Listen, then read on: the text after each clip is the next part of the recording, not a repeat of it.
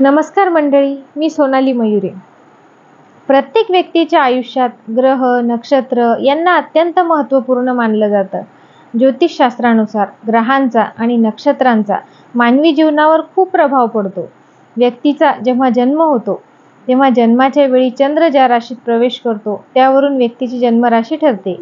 यावरून व्यक्तीचे गुण, स्वभाव, आवड-निवड यासारख्या गोष्टींची माहिती मिळते. तसेच यामध्ये आपल्या राशीनुसार इष्टदेवता कोण आहे हे देखील सांगितले जाते. हिंदू धर्मामध्ये आपण आपल्या आवडीनुसार कोणत्याही देवाची पूजा आराधना करू शकतो, पण आपल्या इष्टदेवाची पूजा करणे देखील आपल्यासाठी महत्त्वपूर्ण मानले जाते. कारण इष्टदेवतेचा संबंध आपले कर्म आणि जीवनाशी संबंधित असतो. ज्योतिषशास्त्रानुसार आपल्या इष्टदेवतेची पूजा आराधना केल्याने आपल्यावर त्या देवतेची अखंड कृपा प्राप्त होते. या व्हिडिओमध्ये आपण मेष, वृषभ, मिथुन या राशीच्या इष्टदेवता कोण आहेत यांची माहिती घेणार आहोत. ज्योतिषशास्त्रातील 12 राशींपैकी पहिली मेष रास. या राशीचा स्वामी ग्रह मंगळ आहे. त्यामुळे या व्यक्तींनी नेहमी श्री गणेश आणि त्यांची जी कुलदेवता असेल त्यांची अधिक भक्ती करावी. प्रत्येक मंगळवारी लाल फूल गणपतीला अर्पण करावे. दररोज गणपती अथर्वशीर्ष वाचावे. तसेच यशप्राप्तीकरिता घरातील कुलदेवतेची उपासना करावी. रविवारी कार्यास आरंभ करू नये. त्याचप्रमाणे दिवसाच्या पहिल्या प्रहरास महत्त्वाची कामे घेऊ नयेत.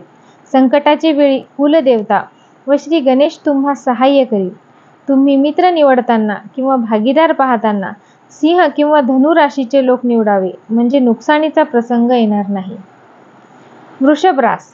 वृषभ राशीचा स्वामी ग्रह शुक्र असल्यामुळे या व्यक्तींनी नेहमी देवी लक्ष्मीची किंवा देवी दुर्गेची किंवा भाग्योदयाकरता श्री रेणुका उपासना करावी. प्रत्येक शुक्रवारी देवीच्या मंदिरात जावे.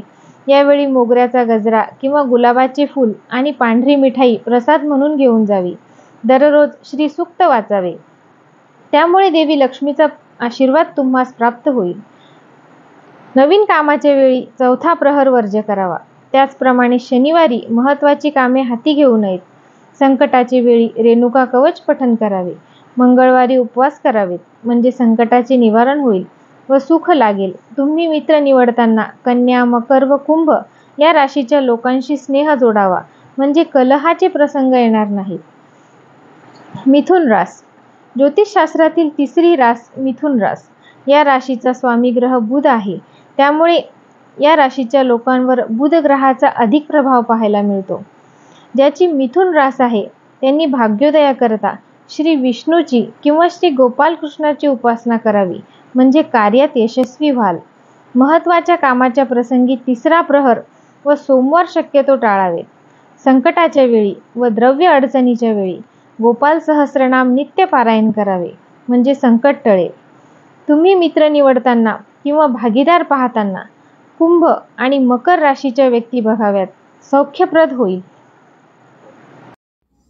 व्हिडिओ आवडल्यास लाईक करा आणि अशाच नवनवीन माहितीसाठी तसेच ज्योतिषशास्त्राविषयी माहिती जाणून घेण्यासाठी चॅनलला सबस्क्राईब करा.